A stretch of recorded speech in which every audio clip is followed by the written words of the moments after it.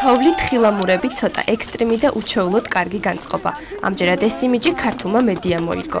ფესტივალმა ნიამორმა სათხილამურო მედია ტურნირში 60-მდე ჟურნალისტს უმასპინძლა. წელს ნიამორი ოფიციალურად გარემოს დაცვის მინისტრმა გახსნა. მე ხვდა წილად დღეს რომ ეს ტურნირი გავხსნა, ასე ვთქვათ, და დიდი მადლობა ტურნირის მონაწილეებს.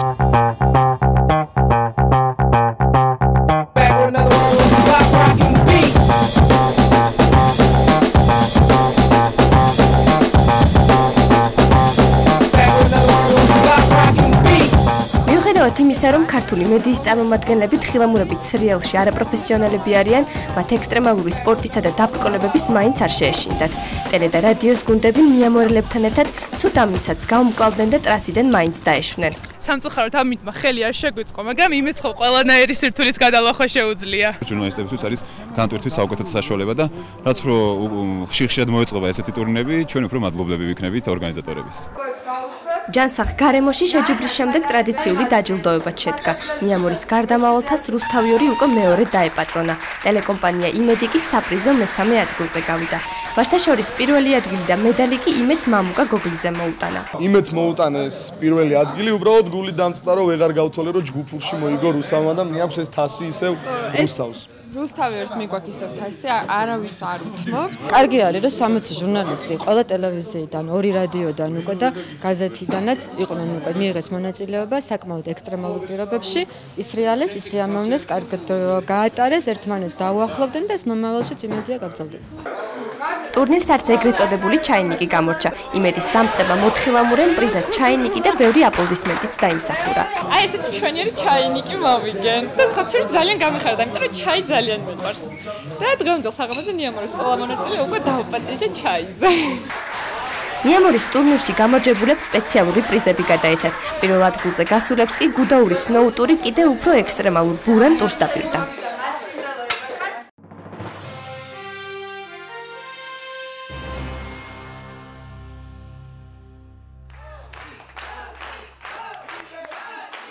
გუდაურში ჩატარებულ მედია ტურნირში გამარჯვება ქეთი ებანოიძემ და მამუკა გოგლიძემ გაიყვეს. გუნდური ასპარეზობის შედეგად კი ტურნირის თასი უკვე მეორედ რუსთავი ორმა ჩაიგდო ხელში. საზეიმო დაჯილდოებაზე პირველი არხი ამჯერად მხოლოდ მესამე ადგილს დასჯერდა.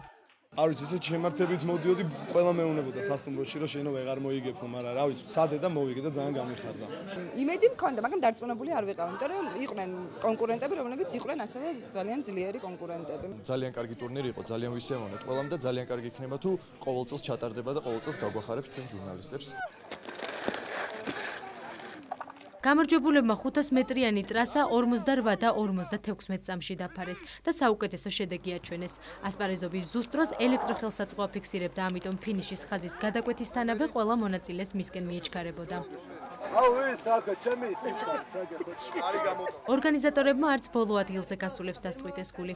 ჩაიზე გუდაურში ჩასული ჟურნალისტები ტელე და რადიო იმედმა დაპატიჟა. ამის მიზეზი ის არის, რომ პირველად მივიღებს გავს ტურნირში მონაწილეობა რა და. მეც ასევე პირველად მივიღებ მონაწილეობა. იმედი გვაქვს, რომ მომავალში უკვე ჩაიდან საპრიზო ადგილები შეცვლის. შესაძლოა სალომესა და ზაზას ეგრეთ წოდებული გაჩაინიკება შეჯიბრისთვის შეუფერებელი ამინდის ბრალიც იყო. დაბრკოლებების გადალახვა და 40 კარის გავლა ჟურნალისტებს თითოეულობის გამო დაორთქლილი სათვალეებით უწევდათ. პირველი ვინც ფინიშის ხაზი გადაკვეთა გარემოს დაცვისა და ბუნებრივი რესურსების მინისტრი გოგა ხაჩიძე იყო. იგი მედია ტურნირში კონკურს გარეშე ასპარეზობდა. თოვლი გიშლის სათვალე აინახეთ რა დღეში დაფარულია. ვერ ხედავ სველდები რაღაც სველი თოვლია. არა უშავს. კარგია, თავარია რომ ასეთ ტურნირი ჩატარდა და მადლობა ამისთვის მის ორგანიზატორებს. ფესტივალი ნიამორი მედია ტურნირს უკვე მეოთხე წელია რაც ატარებს. წელს მონაწილე ჟურნალისტების რეკორდულად დიდი რაოდენობა იყო. თავს და შემიშალა ძალიან ხელი, იმიტომ რომ ხილვადობა საერთოდ არ იყო და ამიტომ არ ვიცი, ხა ჯერჯერობით არ დასრულებულა, თუმცა მაინც არ ვარ კმაყოფილი. შედეგით კმაყოფილი ნამდვილად არ ვარ, მაგრამ აშკარად წინსვლა არის წინა ტურნირებთან დაკავშირებით. შედარებით წინა ტურნირებთან. ასე რომ პრობლემა არ არის. შედეგს რაც შეეხება, ახლა მოგებაზე პრეტენზია არც მქონდა, იმიტომ რომ სერიოზული სპორტსმენები არიან ჟურნალისტებს შორის. შეჯიბრის დასრულებისთანავე ტურნირის საზეიმო ნაწილმა სასტუმროში გადაიმოწვა. რადგან მე თვითონ ჟურნალისტი ვარ, გადავწყვიტე რომ ჟურნალისტებს ქონოდათ რაღაც პატარა ზეიმი და ნიამორის ფარგლებში გავაკეთეთ მედია ტურნირი. მე ვფიქრობ რომ მომავალ წელს 80 ყველაზე ცოტა მონაწილე გვეყოლება და თუ უკვე უცხოელებიც დავამატეთ, ალბათ უკვე 100 მივახლოვდებით. მართალია მედია ტურნირი დასრულდა, მაგრამ ფესტივალი ნიამორის სხვადასხვა კონკურსებს ჯერ კიდევ აგრძელებს და გამარჯვებულებს 1 აპრილს გამოავლენს. გაგახოტა